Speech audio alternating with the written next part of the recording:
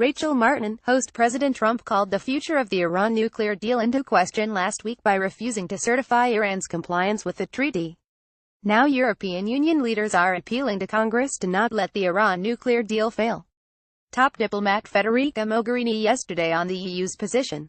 Soundbite of archived recording. Federica Mogherini: We fully stay committed to the complete implementation by all sides of the Iranian nuclear deal. We see this as a key security interest for the European Union and for the region. Martin. We're going to hear now from the ranking member of the Senate Foreign Relations Committee, Republican Senator from Idaho Jim Risch.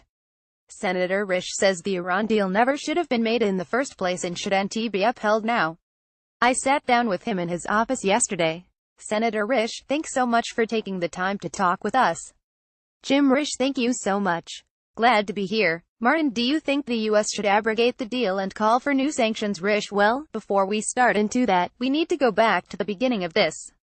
President Obama negotiated an agreement and then signed it. The difficulty with that is he skipped a major part, and that is he needed to submit it to the United States Senate for ratification under the Constitution.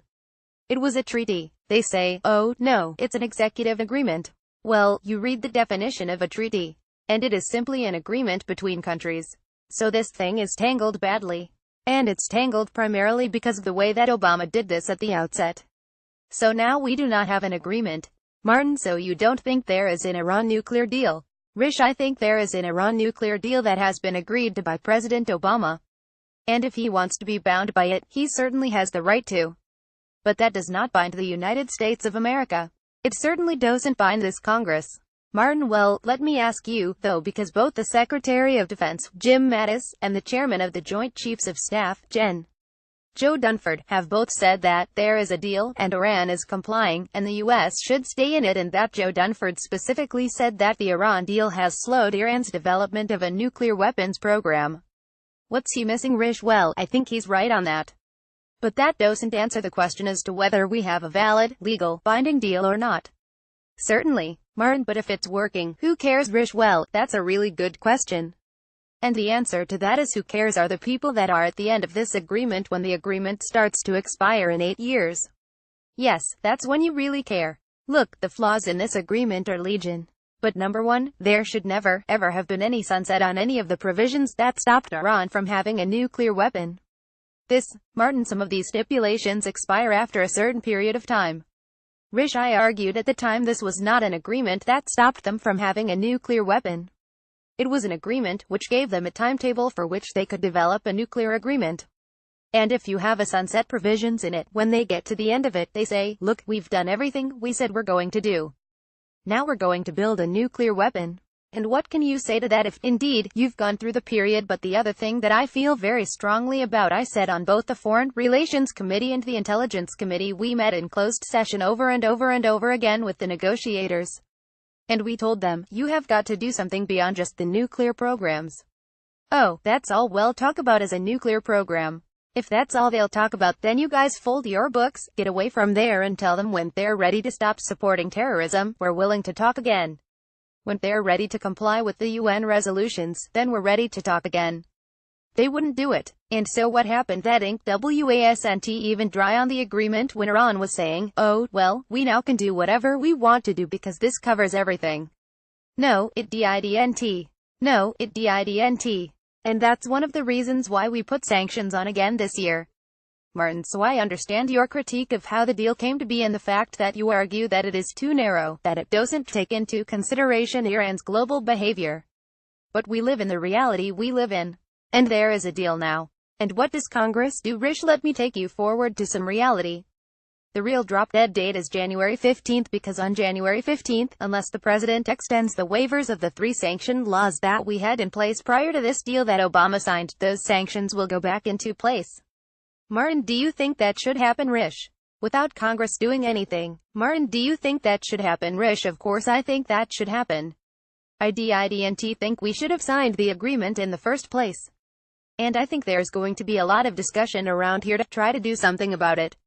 Having watched this and seen how dug in people are politically, and they shouldn't be on this issue but are. And those who were on the side of that this was a good deal, and it was done the way it was, and it was okay, they are going to do everything they can to defend where we are right now. Martin, if the goal is to prevent Iran from developing a nuclear weapon, the fact that this deal has slowed that process, is that not a good thing, Risch? It is not a good thing if, indeed, you give them a roadmap to actually complete it. Look, you and I think in terms of, like, this agreement 10 years. These people are the remnants of the Persian Empire. They think in terms of centuries. To them, it's nothing. This is fine. This is absolutely fine with them, that they know now they are going to be a nuclear power, and they're going to be able to build a nuclear weapon at the conclusion of the agreement. Martin, then what is your solution, Risch? Well, my solution is we need to impose the sanctions to where these people understand that we are very, very serious about this, and they are never going to be permitted to have a nuclear weapon. And until they believe that, Martin, you don't need European partners to make that happen because they want. Risch, well, that's that's an argument I argued with the Europeans on this last week. And they, of course, they're insistent that they have a good deal, and for good reason. I mean, they have poured in there, making deals and making money hand over fist. And this isn't just about economics. This is about something more existential than just making money. Martin, while I have you, let me ask you this. Past summer, Congress passed sanctions against Russia, a sweeping set of sanctions. The president still hasn't put them in place. Do you know what the holdup is, and is it a concern to you, Risch? Well, first of all, number one, I don't know what the holdup is, if indeed there is a holdup.